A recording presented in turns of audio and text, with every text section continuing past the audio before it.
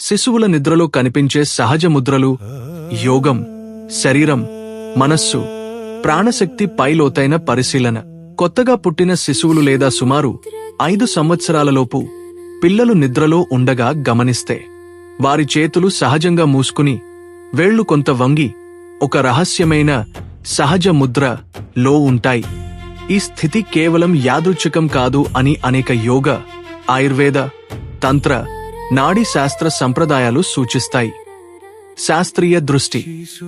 శిశువు గర్భంలో 9 నెలలు ఉండే సమయంలో శరీరం ఫ్లెక్స్డ్ పోస్చర్ అనే సహజ స్థితికి అలవాటు పడుతుంది. అందుకే పుట్టిన తర్వాత కూడా చేతులు, కాళ్లు కొద్దిగా ముడుచుకుని ఉంటాయి. ఇది కారణాలు: నాడీ వ్యవస్థ ఇంకా మృదువుగా అభివృద్ధి చెందుతుండటం, కండరాల సహజ టోన్, మసల్ టోన్ అధికంగా ఉండటం, భద్రతాభావం కలిగించే శరీర స్పందన, గర్భస్థ స్థితి యొక్క జ్ఞాపక ప్రభావం. శిశువులు నిద్రలో ఎక్కువగా పారాసింపథటిక్ నర్వస్ సిస్టమ్ స్థితిలో ఉంటారు.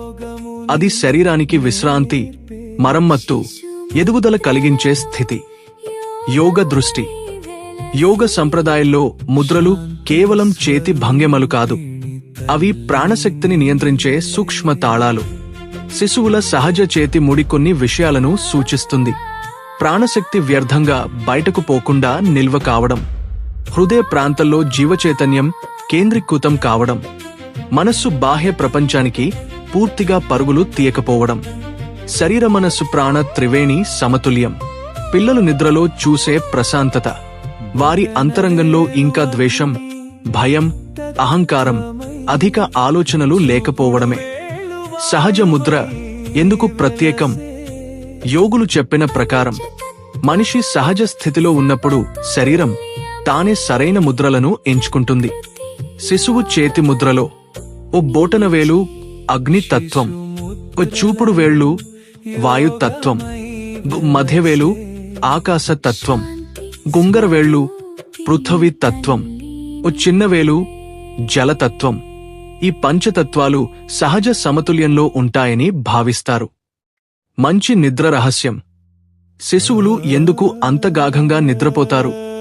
ఎందుకంటే గతపు బాధలను మోసుకోరు, భవిష్యత్తు భయాలు ఉండవు, అహంకార భావం తక్కువ, శ్వాస సహజంగా లోతుగా ఉంటుంది, హృదయ స్పందన ప్రకృతితో సమతుల్యంలో ఉంటుంది. అందుకే వారు నిద్రలేవగానే చైతన్యంతో, ఆనందంతో కనిపిస్తారు. పెద్దలు నేర్చుకోవలసిన పాఠం. పెద్దవారిలో అధిక ఆలోచనలు, ఒత్తిడి, ఓ కోపం, ఓ భయాలు, ఓ డిజిటల్ అలజడి, అసహజ జీవనశైలి వల్ల నిద్రలో శరీరం కఠినంగా మారుతుంది.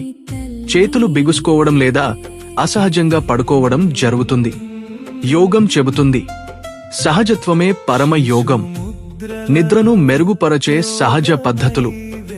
నిద్రకు ముందు మృదువైన దీర్ఘశ్వాస, ఫోన్, టీవీ దూరంగా ఉంచడం, హృదయ ప్రాంతంపై దృష్టి పెట్టడం, చేతులను సడలించి ఉంచడం, మృదువైన భక్తి సంగీతం వినడం, కృతజ్ఞత భావంతో నిద్రించడం.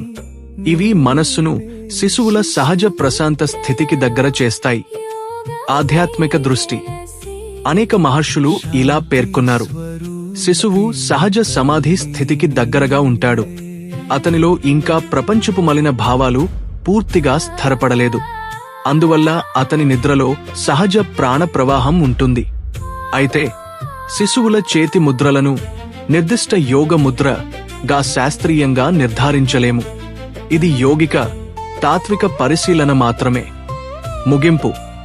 శిశువు నిద్ర మనకు ఒక గొప్ప ఉపదేశం. ప్రకృతికి దగ్గరగా ఉంటేనే శాంతి వస్తుంది. సహజ శ్వాస, సహజ ముద్ర, సహజ మనస్సు, సహజ నిద్ర ఇవే శరీరానికి ఆరోగ్యం, మనస్సుకు ప్రశాంతత, ప్రాణానికి శక్తి, ఆత్మకు ఆనందం అందించే మార్గాలు. బాలుని నిద్రలో ప్రకృతి యోగం దాగి ఉంది.